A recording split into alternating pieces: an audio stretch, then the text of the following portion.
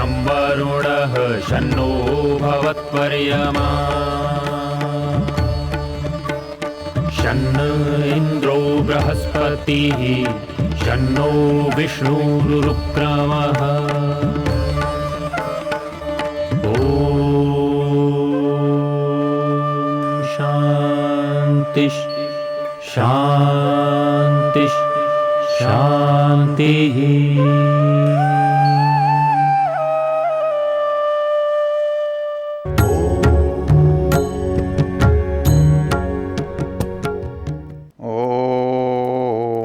उपहूतो वाचस्पतिर्भयतां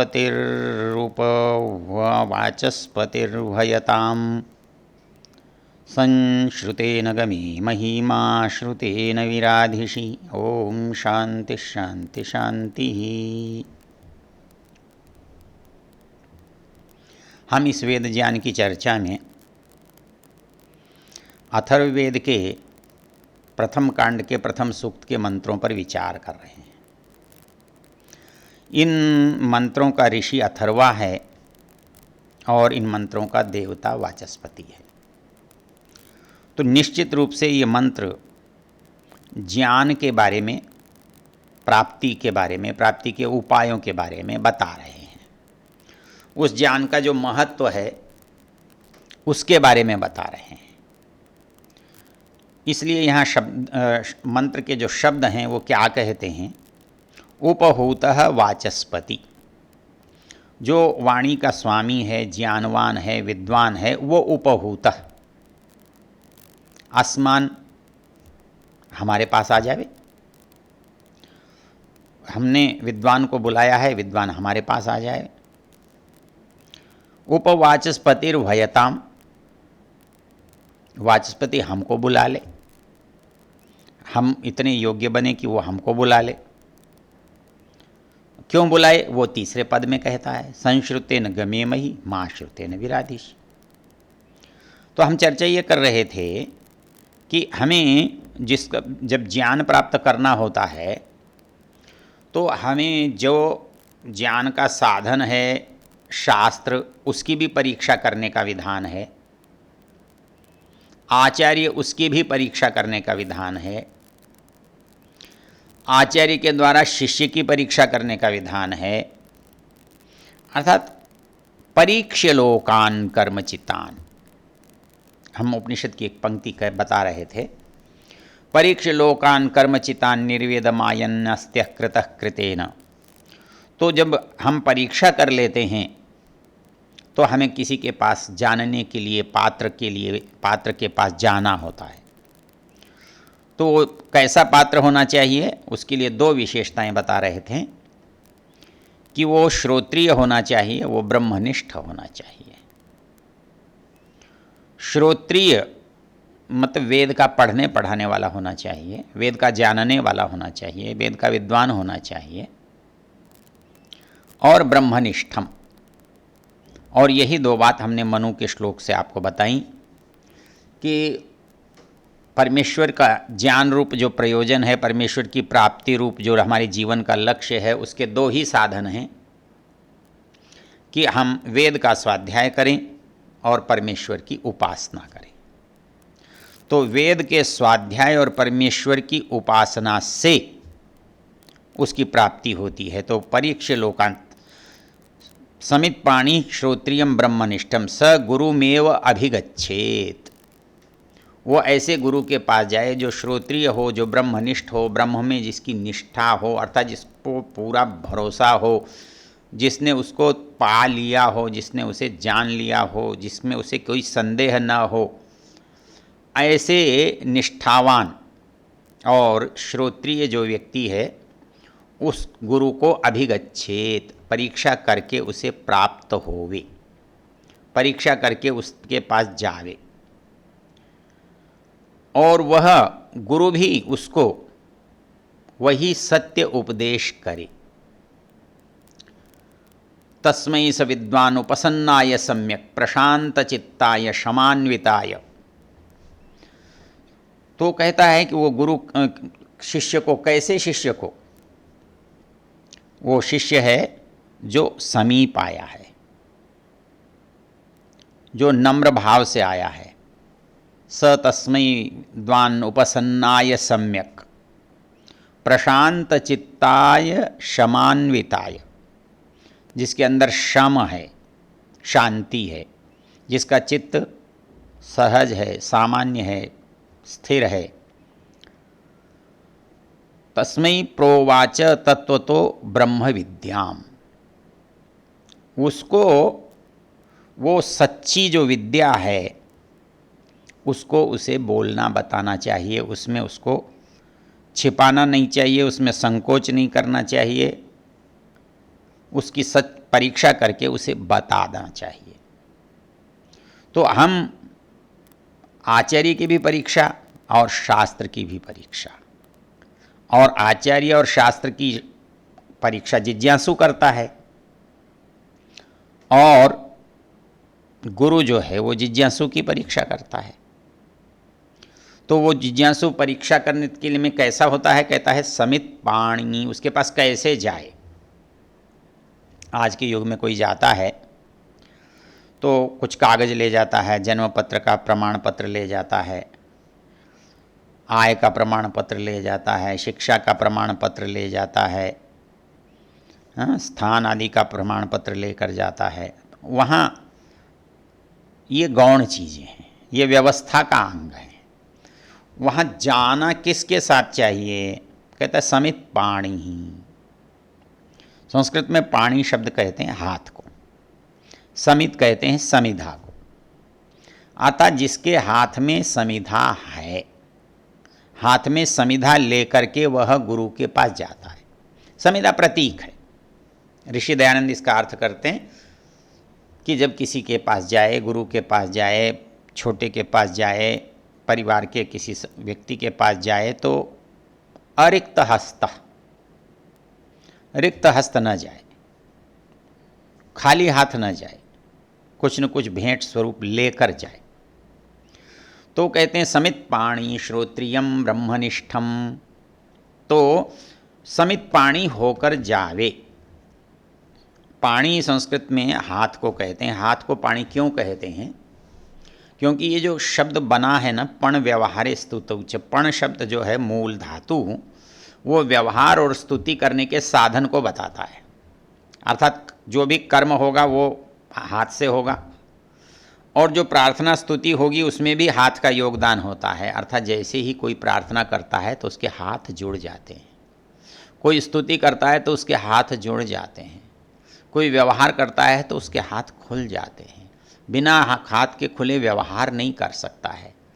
तो इसलिए संस्कृत में इस हाथ के लिए शब्द आता है पाणी, और इसीलिए संस्कृत में एक संस्कार का नाम है पाणी ग्रहण संस्कार, अर्थात जिसमें पानी को ग्रहण किया जाता है, पानी को पकड़ा जाता है, हाथ को पकड़ा जाता है।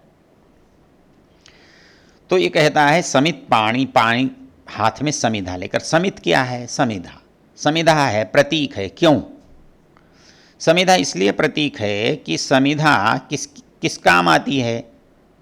समिधा यज्ञ में जलाने के काम आती है। हवन कुंड में समिधाएं रखते हैं, अग्नि को प्रज्वलित करते हैं।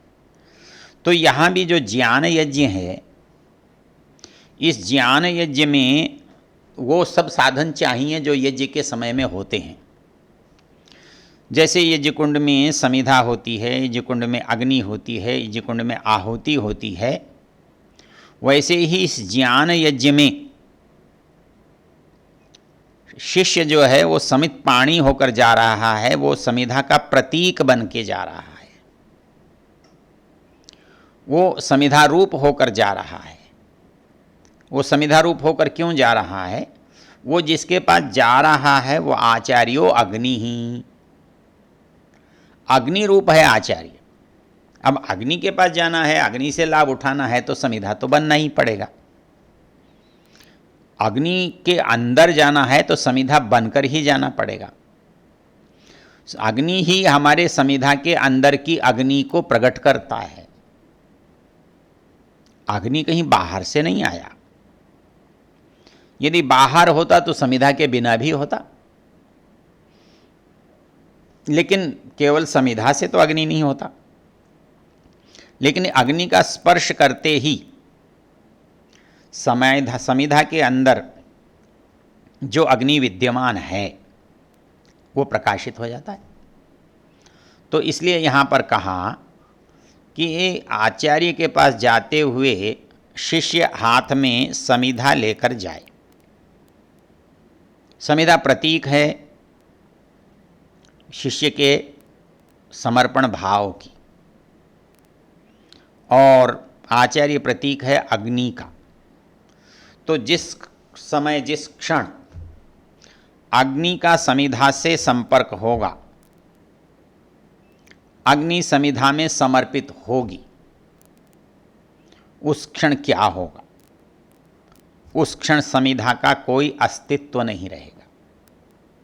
समिधा का अस्तित्व अग्नि में समाप्त हो जाएगा और उससे ऊर्जा, प्रकाश, तेज का निर्गम होगा, वो ज्वालाएं निकलेंगी।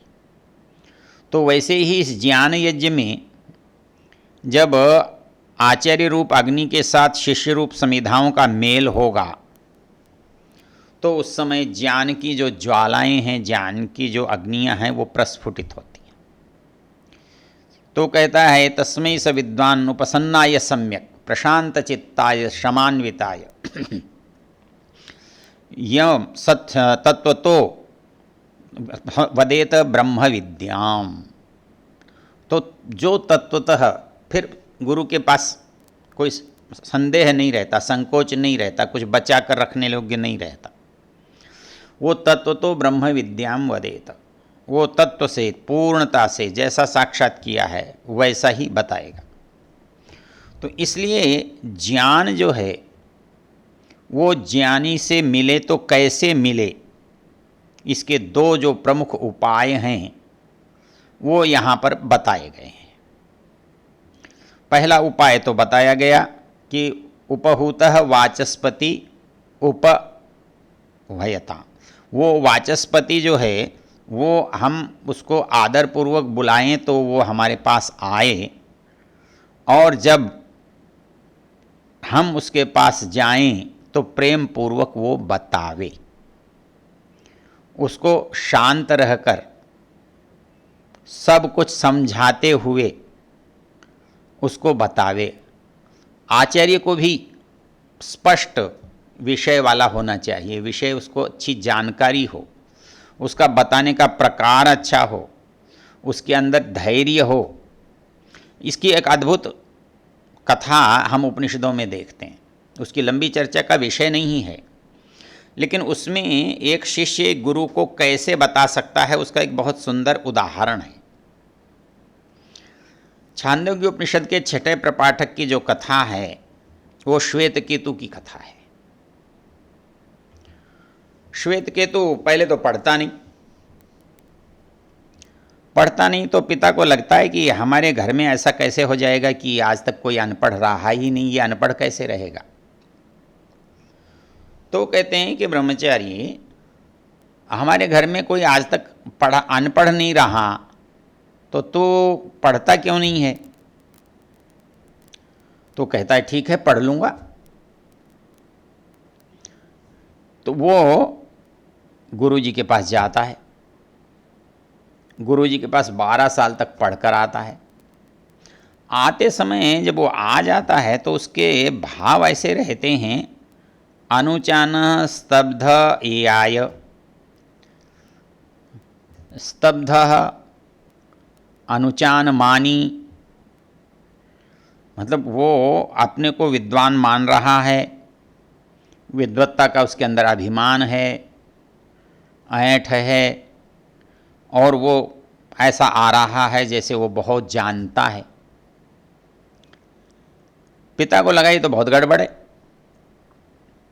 इसमें अहंकार आ गया तो विद्या कैसे आएगी। अहंकार का अभिप्राय है कि विद्या का अभाव है, क्योंकि पीछे हम चर्चा कर चुके हैं विद्या का संबंध विनय से है। अहंकार तो विपरीत चीज़ है, विपरीत परिस्थिति है। यदि किसी के पास, विद्वान के पास अहंकार है तो समझना चाहिए कि अभी उसकी विद्या पूर्ण है ही नहीं, वो विद्या को समझा ही नहीं।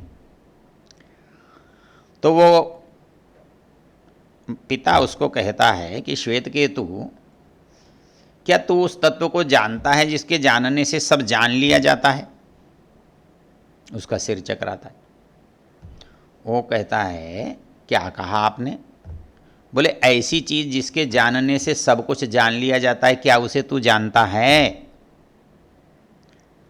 तो कहता है ऐसी कोई चीज तो गुरुजी ने बताई नहीं, इसका मतलब गुरुजी को भी नहीं पता होगी।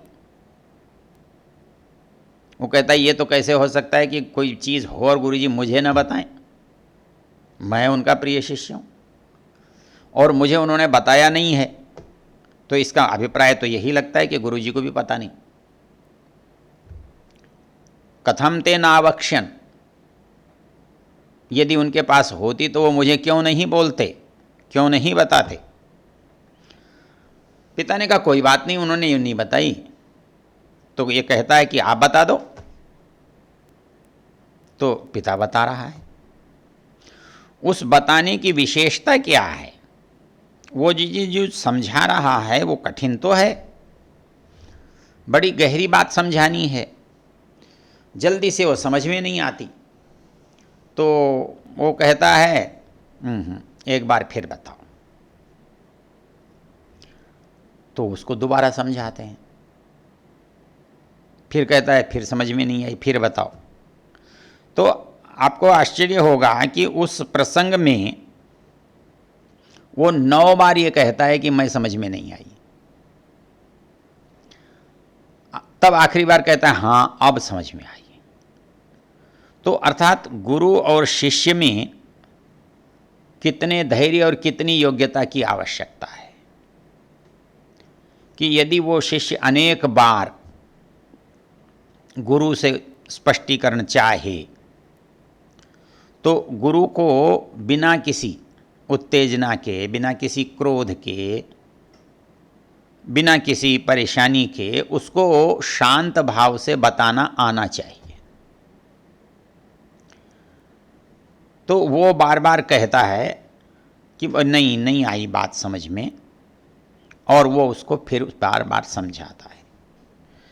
तो वैसा ही धैर्य हमारे अंदर भी, शिष्य के अंदर भी और बताने वाले के अंदर भी होना चाहिए। जब ऐसा धैर्य होता है तभी ज्ञान का जो संक्रमण है, प्राप्ति है, वो होती है। तो हमारे यहाँ दोनों जो आधार हैं, अर्थात ज्ञान के आधार 2 ही हैं। एक ज्ञान को प्राप्त करने वाला और एक ज्ञान को प्रदान करने वाला, इसमें कभी भी विकल्प नहीं हो सकता। जिसके पास ज्ञान नहीं है वो प्राप्त करता है, करना चाहता है, करने की योग्यता उसकी है, तो वो एक तो प्राप्त करता है और एक प्राप्त कराने वाला है, ज्ञान देने वाला है। तो दोनों का संबंध कैसा होना चाहिए, शास्त्रों ने इसे बहुत जगह पर बताया है। तो वो ये कहते हैं कि ऐसा होना चाहिए कि बुलाता है तो वो आदर से बुलावे, और जाता है तो उसके पास प्रेम से जावे, वो प्रेम पूर्वक पहुँचे। और ऐसा करेंगे तो मंत्र का भाव जो है उपहूतो वाचस्पतिर उपवाचस्पतिर्भयताम, विद्वान को हम अपने द्वार पर बुलाएं और हम प्रेम से जानने के लिए विद्वान के द्वार पर पहुँचें। ओम।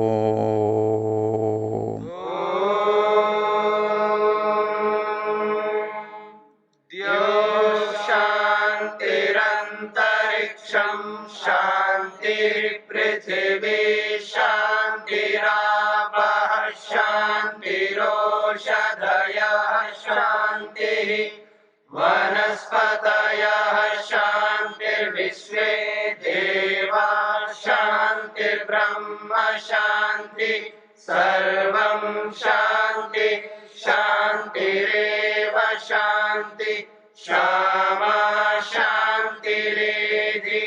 ओम शांति शांति शांति।